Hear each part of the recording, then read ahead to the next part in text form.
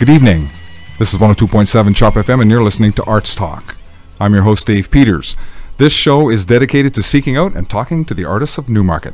Not just musical artists, although we always have plenty of those, but artists of any stripe, both professional and amateur, across all artistic disciplines. If you're an artist in Newmarket and would like to appear on this show, then drop me a line at newmarketartscouncil@gmail.com.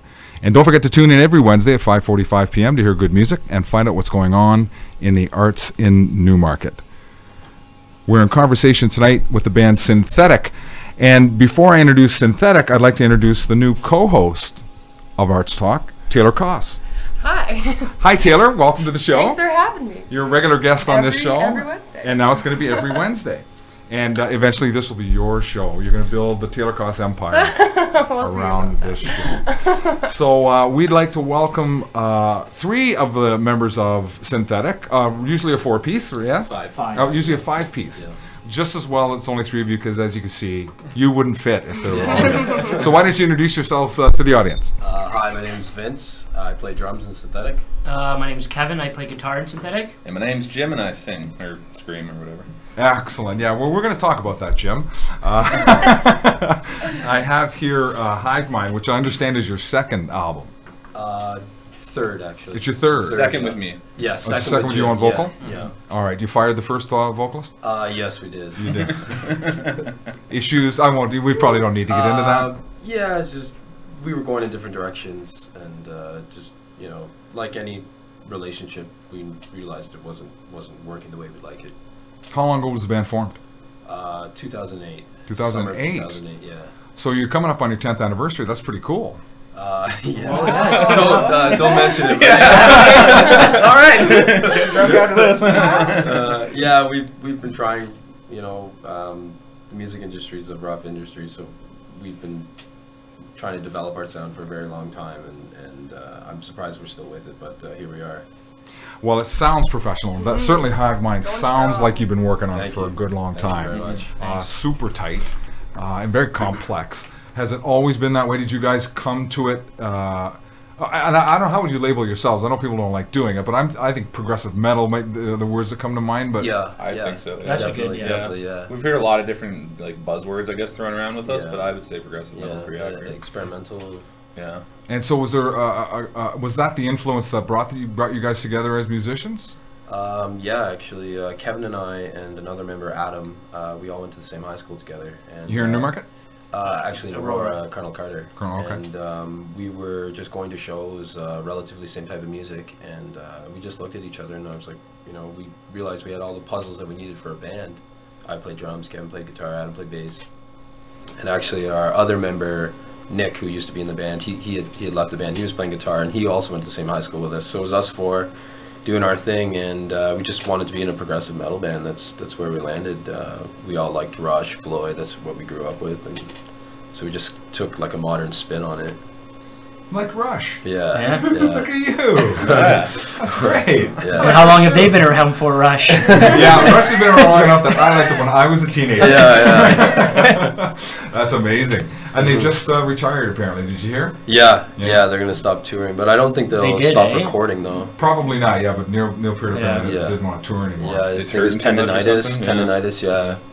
You gotta imagine. Yeah, oh yeah. Especially that guy too, right? Playing fast and hard for 40 years. Yeah. Doing a bell solo with a hurt injured wrist or something. Astonishing though. And did you see the documentary about them, Behind the Light of Stage? Yeah. No, I never saw that. You haven't seen that? It's really worth seeing. Yeah. Oh, it's great. The breadth of musicians that they have influenced over the years, the kind of respect that they have among musicians. Oh yeah. I think it was wasn't Trent Reznor. Maybe it was Trent. He's in the documentary. Yeah, he is in the documentary. He was talking about favorite of all time. and he was saying when he was a kid, there was a language that they spoke, and that language was Rush, right? If you could play Rush, then you'd reach a certain level of skill. Mm-hmm. And Mike Portnoy said the same thing. Yeah, he did. Yeah, when he could play La Via Strangiato. Yes, exactly. Yeah, he said if you could play that on the drums, everyone thought you were amazing. That's very true. So, was the plan to make a living at Sinthetik? I would love to. That's my plan A right now. My plan B, I'm in school, so I got other things going, but Sinthetik or music in general will always be at the heart of my motivation for what I'd like to see myself doing. Is it plausible? Is it realistic? That's up for debate, but I leave that to the sidelines and I just focus. Or try my best to, at least. You still have fun doing it, right? So that's the main thing, right? Yeah, it's a source of joy. Yeah, of course. The music business, right, is so, to be able to have a living in it, right? There's so much competition, so much different stuff doing, right? It's crazy, but as long as you still have the drive to do it, so just continue, right? Absolutely. Do you have management? No. No. I mean, Vince is kind of. Vince, he kind of does. Yeah, we sort of manage ourselves, but I mean, I guess if you wanted, to point out a person, that I guess that would be me, more or less. Yeah. Well, he manages all the shows and gets all the booking and stuff like that too, right? So you would say definitely Vince is our. How do you find the reception for a progressive metal band in the GTA? GTA is tricky, question, to be honest. I mean, I found we had a lot more luck, like outside of the GTA. Really, I mean, out east was great last summer. All the places in between seemed pretty good about Montreal. it. Montreal, fantastic for it. Yeah. Probably the biggest, like the best. Yeah.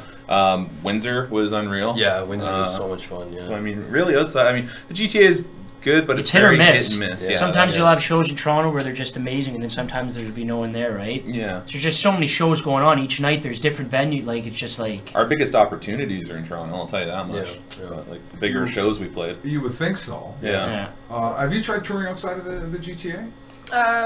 No, I don't think so. No. Toronto's pretty much the furthest I've gone. And we've all gone to shows in the GTA where there's 4 people there. It's really tough to draw a crowd. Yeah. Oh yeah. But you got to start there. Even the biggest bands out there, they play with 4 people too, right?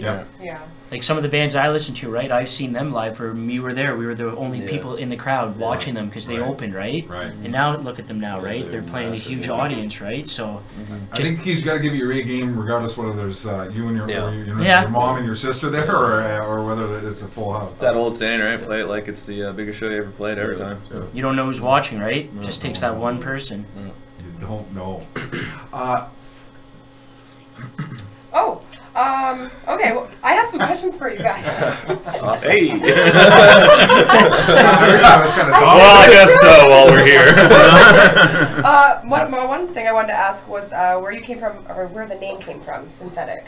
And if you had any runners-up to it, if you had any Nick Gilmore. Yeah, that was our old member, HC, Nick. the Pepperoni Man.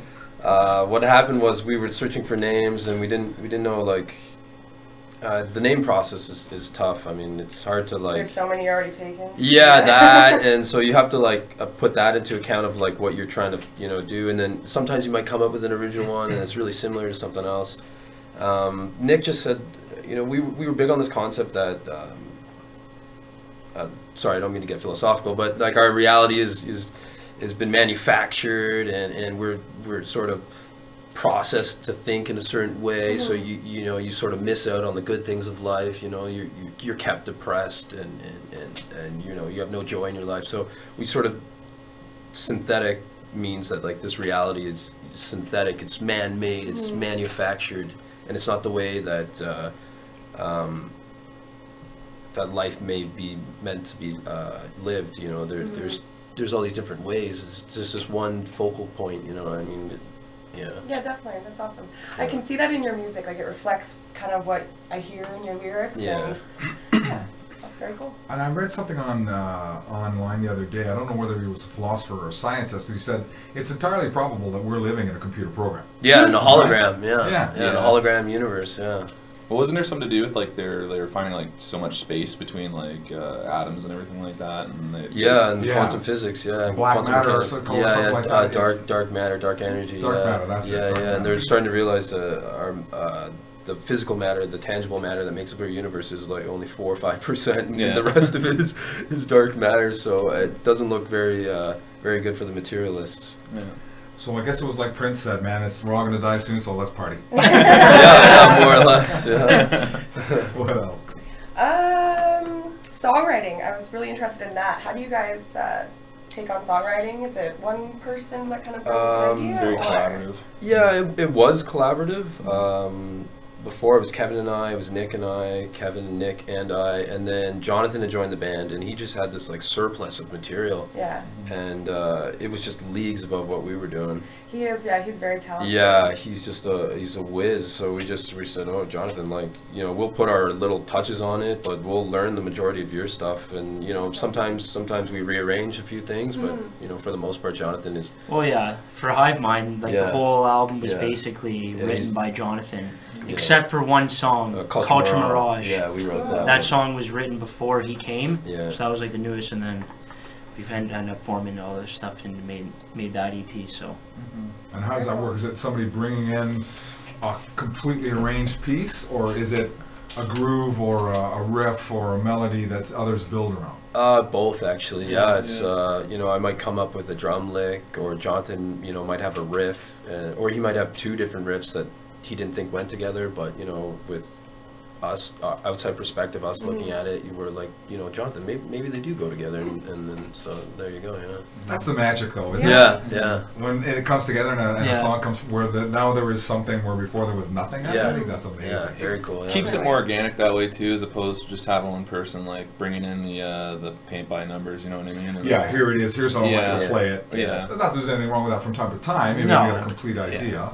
Like Taylor's that way with her band, right? This is my song, Don't Mess With It. No, I hear her yelling sometimes.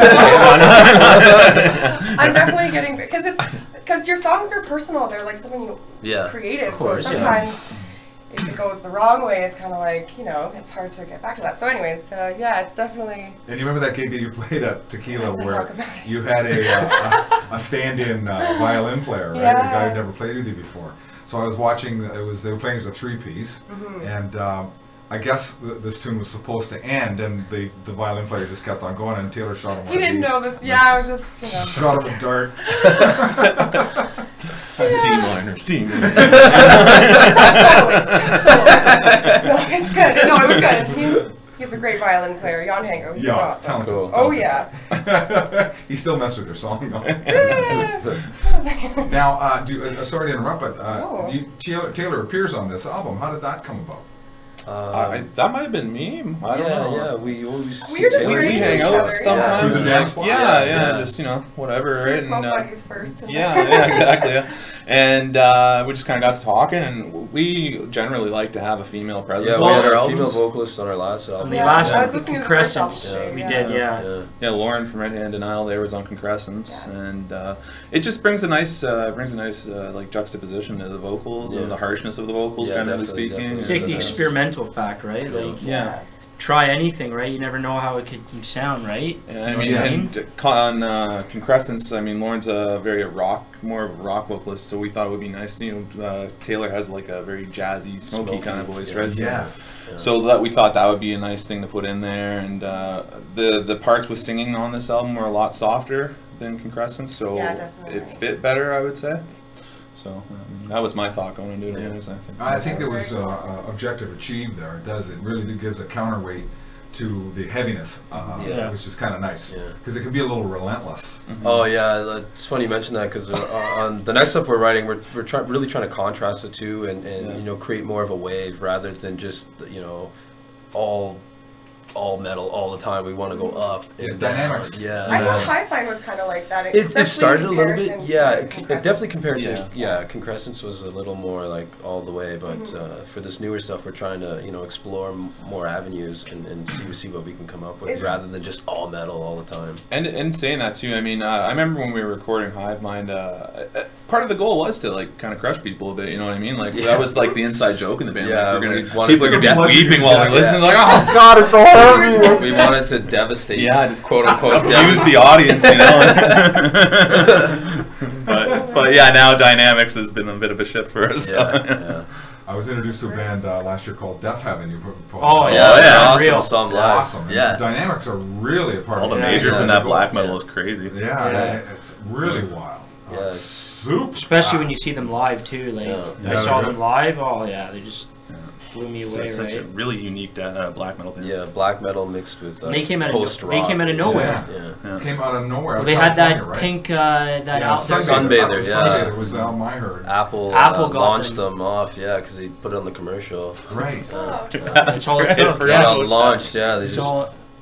Have you heard them, Taylor? I haven't. I've never heard of It's really, it's Death striking. Heaven, is that what you said? Yeah. Death Heaven. Death Yeah, Heaven. Death Heaven. Okay. Yeah. Can't It's like hear all it. major scales and stuff too. It's really weird. Yeah, it's like happy black. Yeah. Right. That's cool. So that's kind of cool. That's cool that a style like that can achieve that kind of sales Oh, I know. Yep. and fame. It's got to make you happy to see that kind of thing for happen. sure. Yeah, it gives you a little bit of hope. Yeah, oh, definitely. I think on like a commercially viable scale, I think we're probably more towards the viable end of things, just because we're not blast beats all over the place. Yeah, our lyrics aren't like too over the top. No swearing there's in all our albums. Actually. Not a single swear word.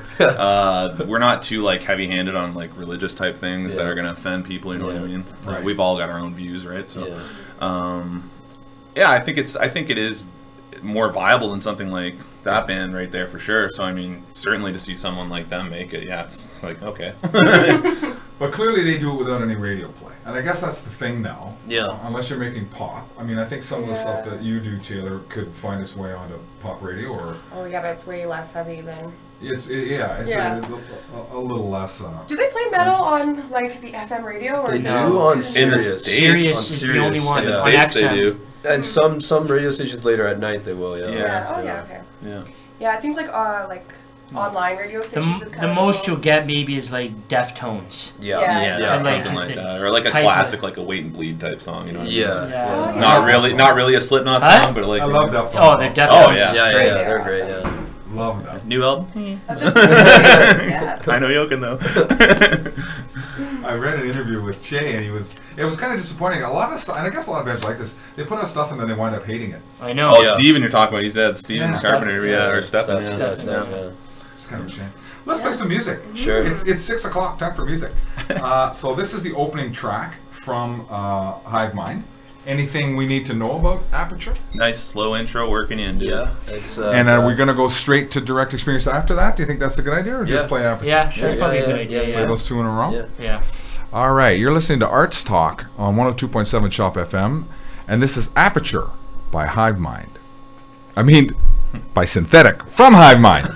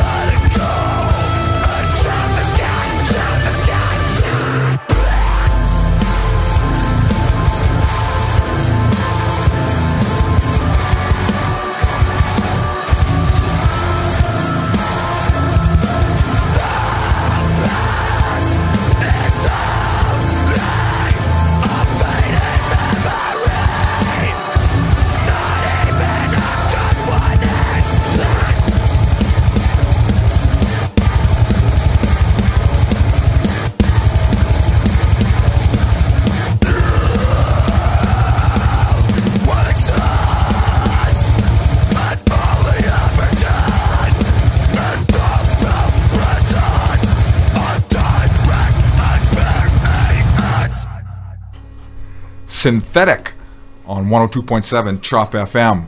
This is Arts Talk. I'm your host, Dave Peters, with your co-host, Taylor Koss. Hi, Taylor. Hi, Dave. And we are in conversation with Sinthetik. So that was the first 2 tracks off of the 3rd CD, and there's a 4th CD now in production? It's either another EP or full length. We were undecided, so. What makes the decision about going ahead one or the other? Well, lately it seems to be like public's attention span. More and more bands seem to be leaning towards releasing 5 songs, as opposed to releasing 10 to 12, simply because with the internet and with social media, everything's just moving so quickly. They just need new music. So bands will write 12 songs, and they'll be smart about it. They'll separate it in half, release 1 EP 1 year, and then maybe 2 years or a year they'll release the next, and keep people's thirst that big. Yeah, Down's a good example. They're doing that 4 EP stretch right now. Yeah. Actually, Protest the Hero from Whippy, they started because Bandcamp enabled them to have the subscription service, so they were releasing 1 song every month. That's a neat idea. Yeah, it's very cool. Build up demand. Right, exactly. And keep people hungry, knowing that there's going to be a new song coming within, because a week now feels like, like a day, right? Because everything's just moving so fast. We're just getting information here and there, right, left, right, and center. So everyone's just like, when's the new song coming out? After they just listened to 4 or 5, right? So we might do an EP. It depends, really. Yeah.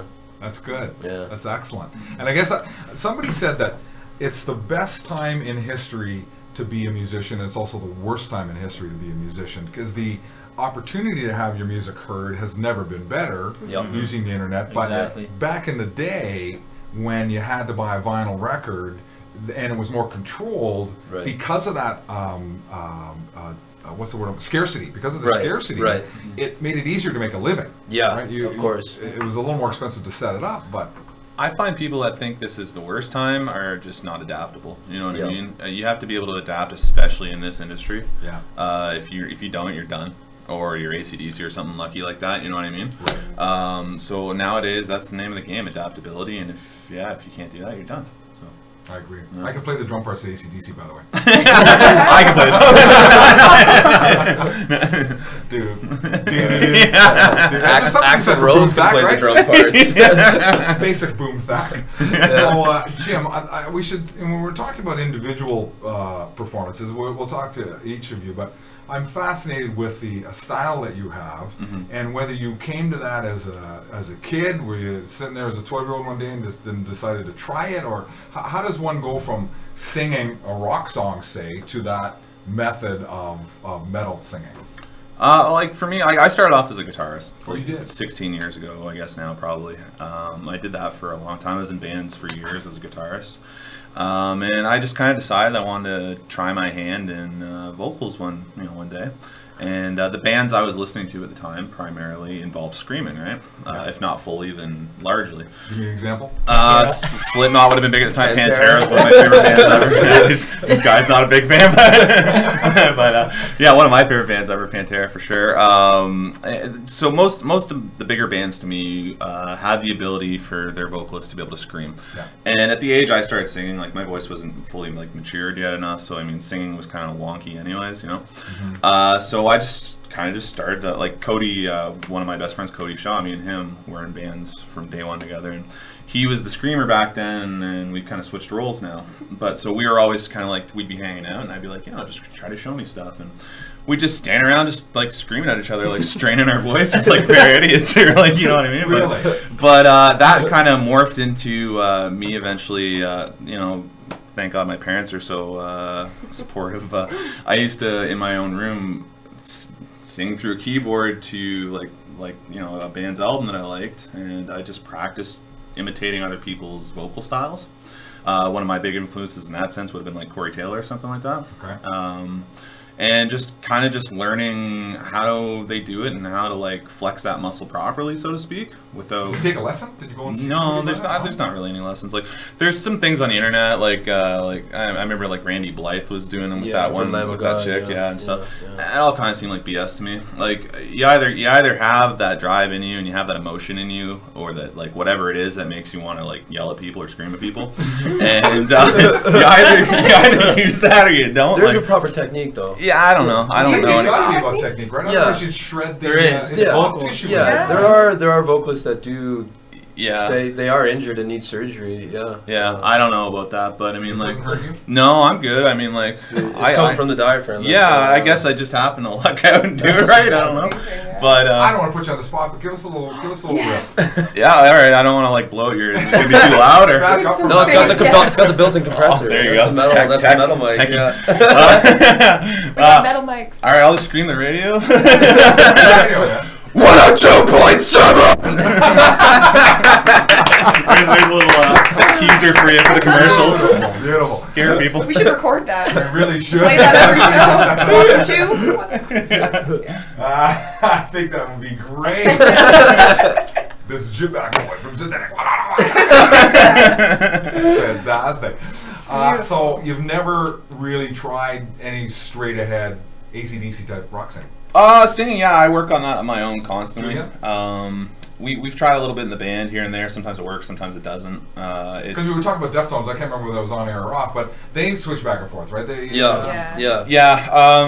It's tricky, right? I mean, it really depends. Like I have other like side projects that are nowhere near as serious as Sinthetik, but they're they're special to me. Mm-hmm. And like one of those is called Night and Day. That's an acoustic thing, and I'm playing lead cleans and singing, right? And my buddy Adam, one of my best friends, he's playing acoustics, harmonica, and singing, and we're just kind of hashing out like little rocky, acoustic-y type songs together, you know? That's awesome. And it's those little things that you learn a lot off of, man. Because Swallowed by the Earth too. Swallowed by the Earth, Yeah, another I big one. remember Jim and I were playing in a band called Swallowed by the Earth. I've heard with of you Cody. guys. And it was all clean vocals. Yeah. Did that Yeah, band man. record anything? I wish, but we we had did, a few yeah. demos, but Yeah. no, we didn't. Nothing major. No, it didn't get off the floor. Yeah, you guys were awesome. Yeah, I think both of us really loved what we Yeah. had put out in there, and very experimental, very Yeah. rock friendly. Yeah, it was, yeah. A little bit of metal in there for good measure, but Yeah. you know, Little don't want to spice. seem like we're soft. But it's more like a little bit of hot sauce rather than... Yeah. That's right. Yeah, Yeah. it's not the whole damn pepper. So, Yeah. but It's not like eating a jalapeno whole. Yeah. yeah, and I got to play piano on that, so that makes me happy too, right? That's awesome. Really? Yeah. Did you play any keyboards on Hive Mind? No. No. Oh my god, I was actually gonna ask who. There's a crazy piano part in Hive Mind, the last song, and I was wondering who it's did actually that. our best friend, the computer. Yeah. It was Keith on Concrescence, so we should mention that. Yeah, we did have a keyboard player I before. read that. Yeah, Is yeah. that Keith from like the Jam Spot? He The used to last, play in Ruby Coast. Ruby Coast. Last Honest Fool? Yeah, He's in that, with right? Corey's Cool, band. yeah. Is Unky Yeah. Brian that? He was jamming with him. Yeah. I know Keith from that band. Yeah, he did keyboards on That's Concrescence. awesome. Yeah. very cool. Is that right? Yeah. Yeah, he's terrific. Yeah. I love those guys. Last Shouldn't Song have gave was it her great. secret. Yeah, they're awesome. Yeah. Sorry, guys. I'm just Auto-tune. It's everywhere. It's the, We T-painted. the branching the electronic music with the organic music, and that's what we do, Yeah, right? yeah. Yeah. We're synthetic, right? That's Yeah. Good, man. It's all about branding. All right, let's go to a couple more songs. So we've got Dissolve and Nostalgia of Paradise we're going to play back to back here. Who wrote these ones? Jonathan, actually. Jonathan. Yeah. Jonathan's not here to speak for No, himself. the other guitarist. Yeah. Yeah, the other guitarist. that guy. We could trash talk him. 'Cause He doesn't own a radio, so that's what Yeah, he's not listening. Yeah.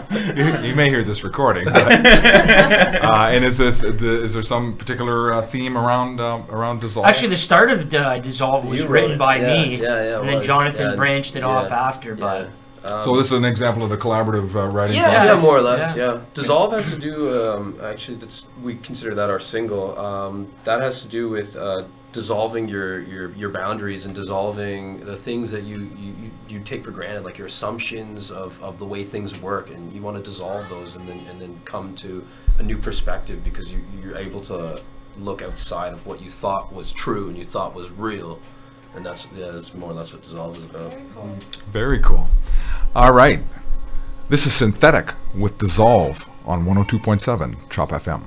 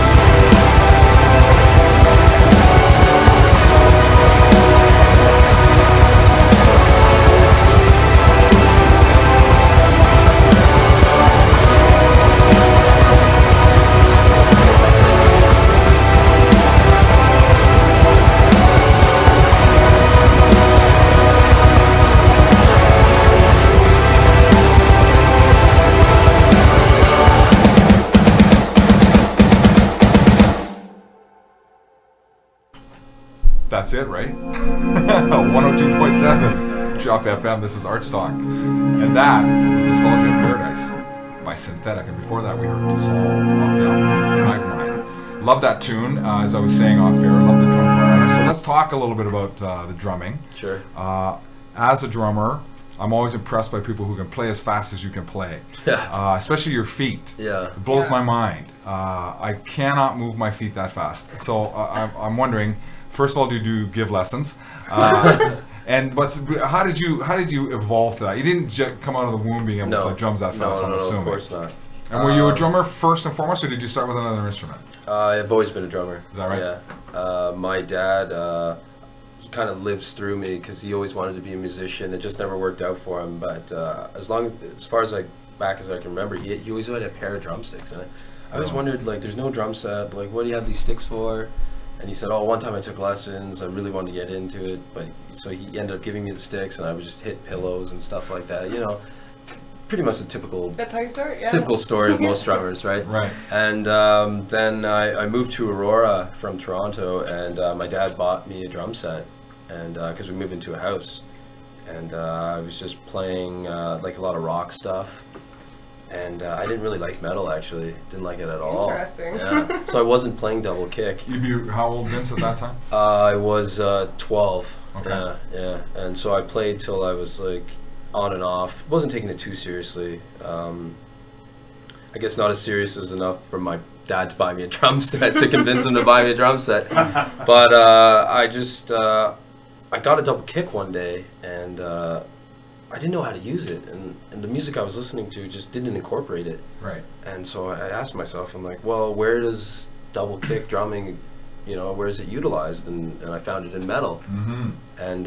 so I changed my tastes and started listening to metal, and then I just started looking up YouTube tutorials, and I was taking a few lessons from before, and the teachers, they always tell you take it slow. So I just started to take these patterns as slow as I could, and then I just built up. You just build up stamina, endurance, and you just keep practicing as much as you can. How much were you doing? How much practicing were you doing at that time? At that time when I first got into it, I was trying to aim for an hour a day.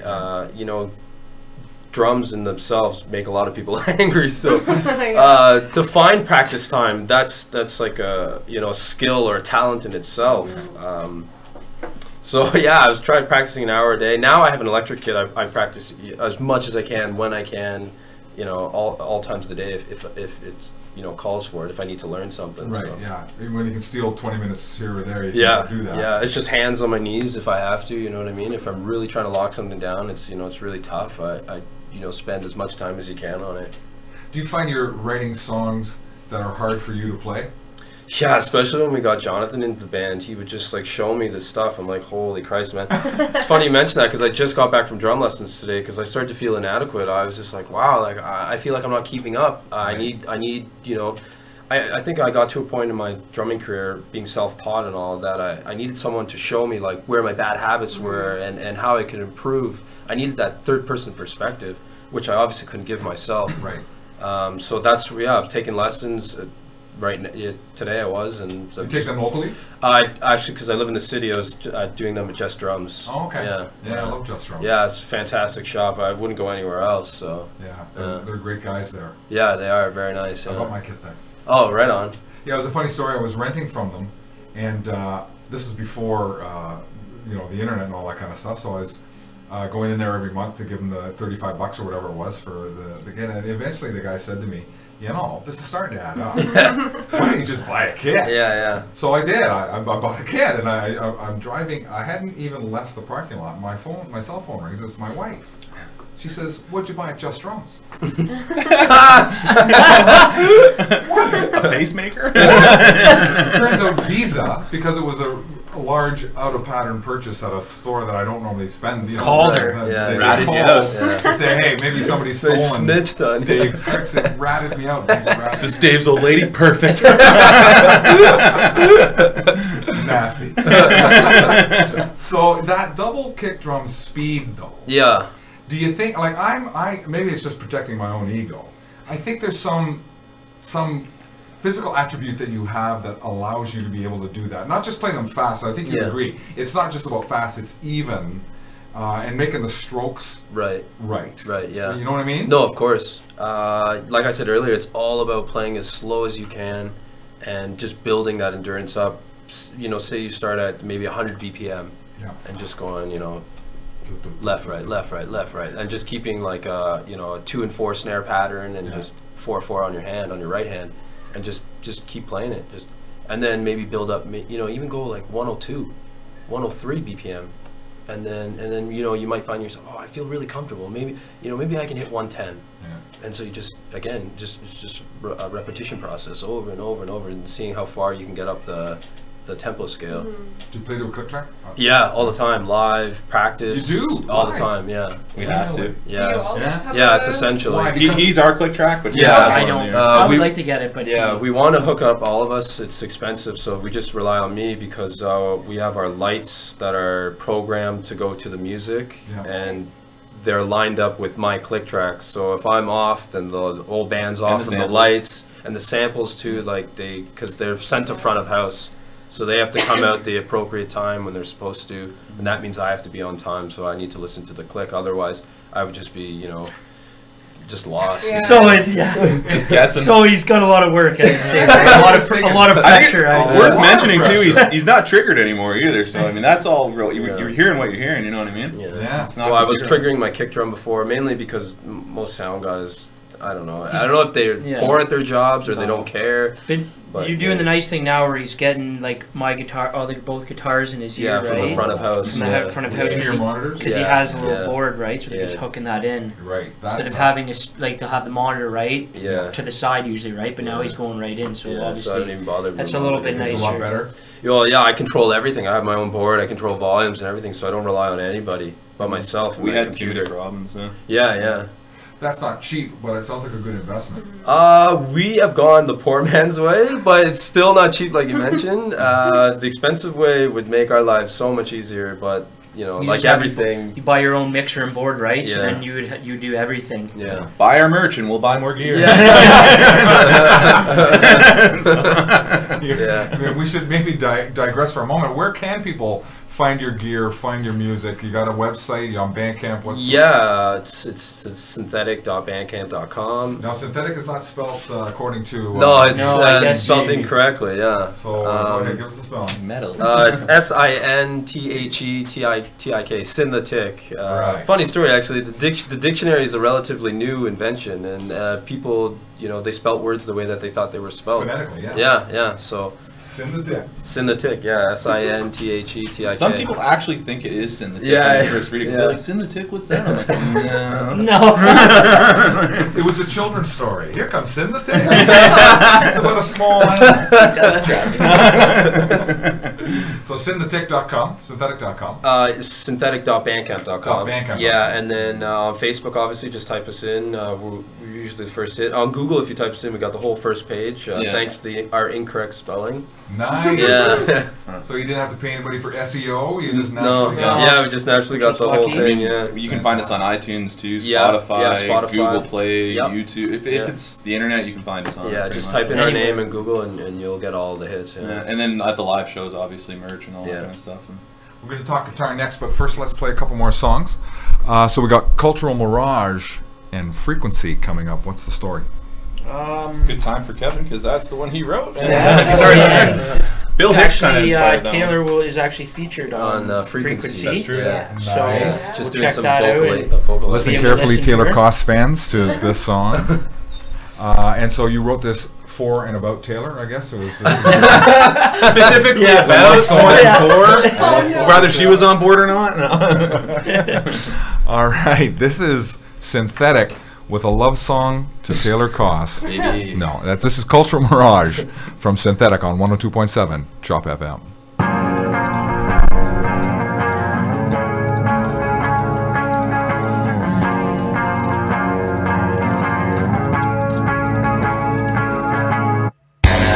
Everyone got boners over the technology. And it was pretty amazing. You got to admit, watching a missile fly down an air vent. Pretty unbelievable. Couldn't we feasibly use that same technology to shoot food at hungry people? You know what I mean? Fly over Ethiopia, there's a guy named bananas. Instruments are placed in front of us, but we turn on backs on ignorant lost for destruction.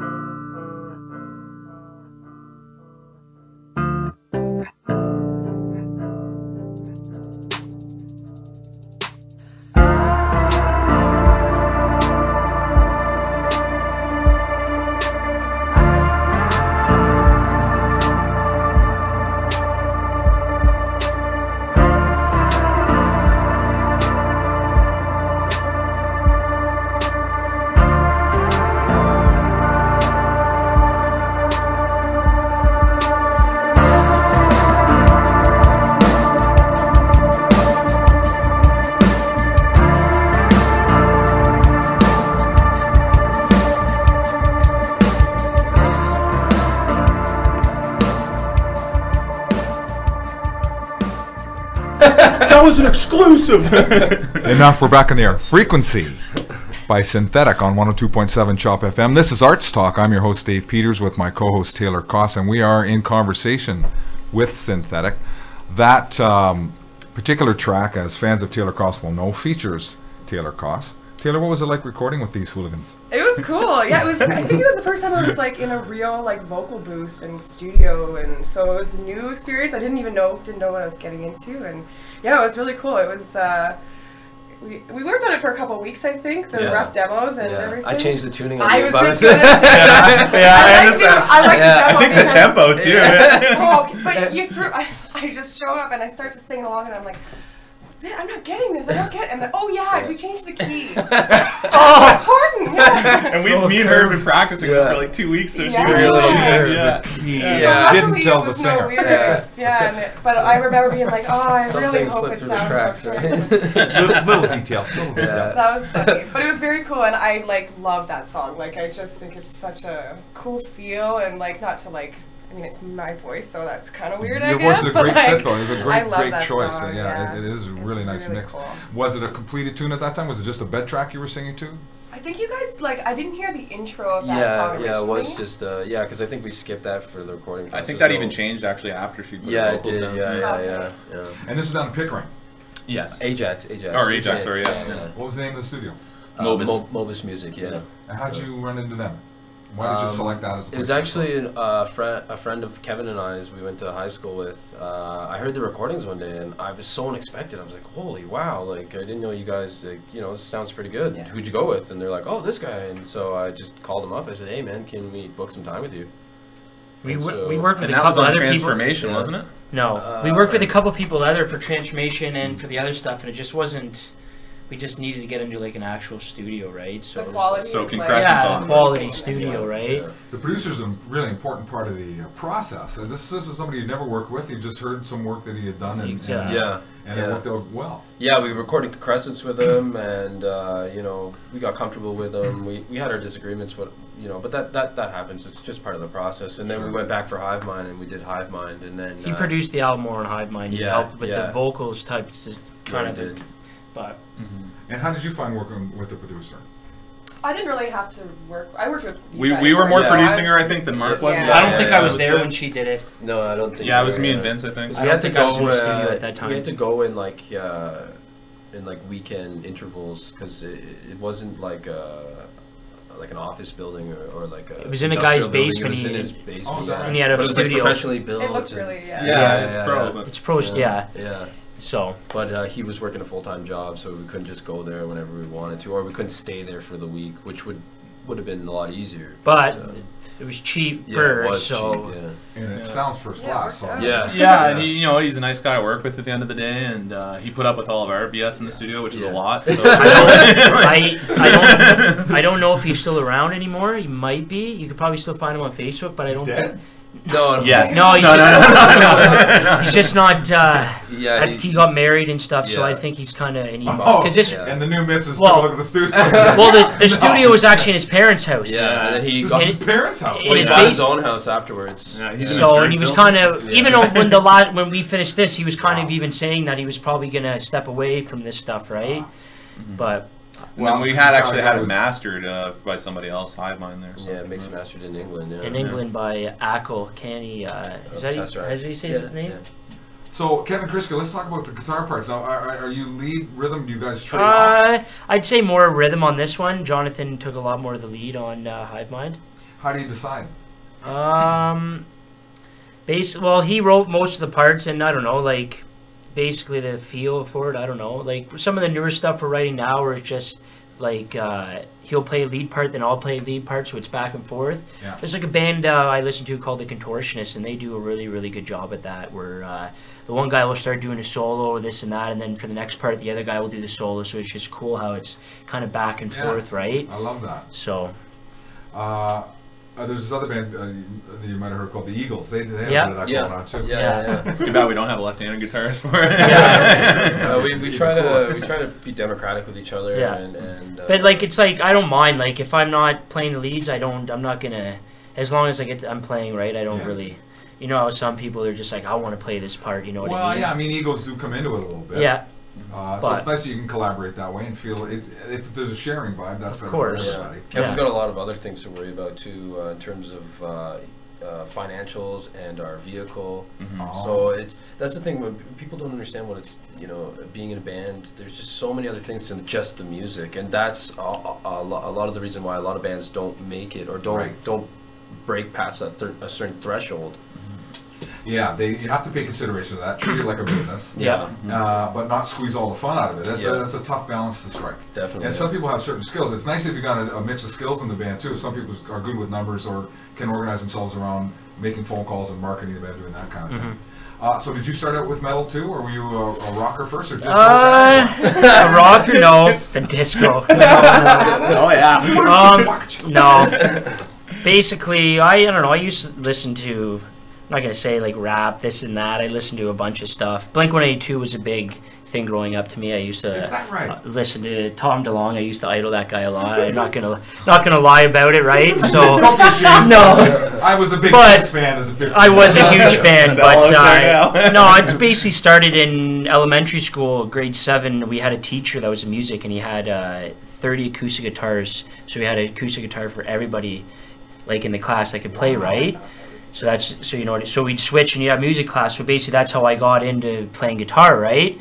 And then eventually, like the next Christmas, my parents bought me an electric, right? And then it just went from there. But mainly Blink was what I used to listen to, and a lot of pop, punk, and rock, right? And then once I got into high school, around near the end, with our bassist, he got me sort of into Lamb of God. That was like one of the first bands I listened to, right? And then we would jam it, just me and him on my basement, a couple of their songs, right? And this and that, and then went to some shows, like Vince was saying. We started going to lots of shows, and it was just like, and it just went, right? I did take a couple lessons for a year or two at the Arts, but it just, I don't know, it wasn't my, they were kind of leading me, I don't know.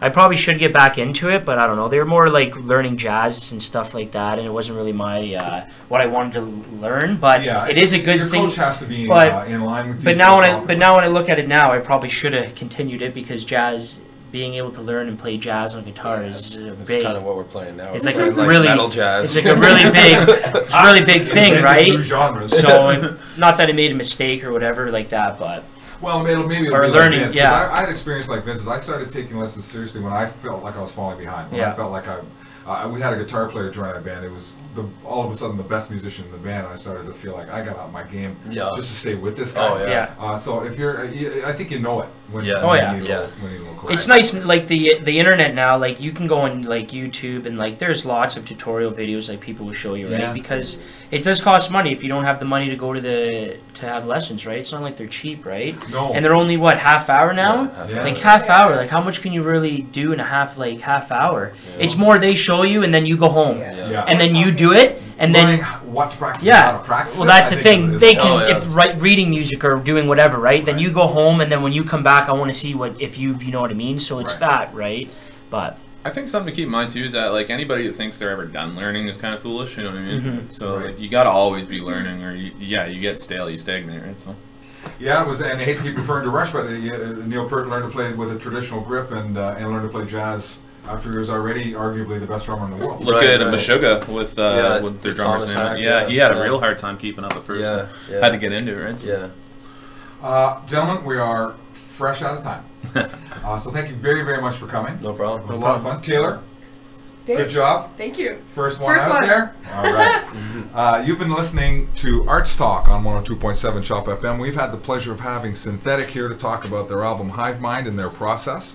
So don't forget to check them out at synthetik.bandcamp.com. We're going to go out with the last 2 tunes on this album, the title track Hive Mind, followed by Refraction. Don't forget to tune in next week at 5:45 p.m. to hear good music and learn what's going on in the arts in Newmarket. I'm your host, Dave Peters, and this is 102.7 Chop FM.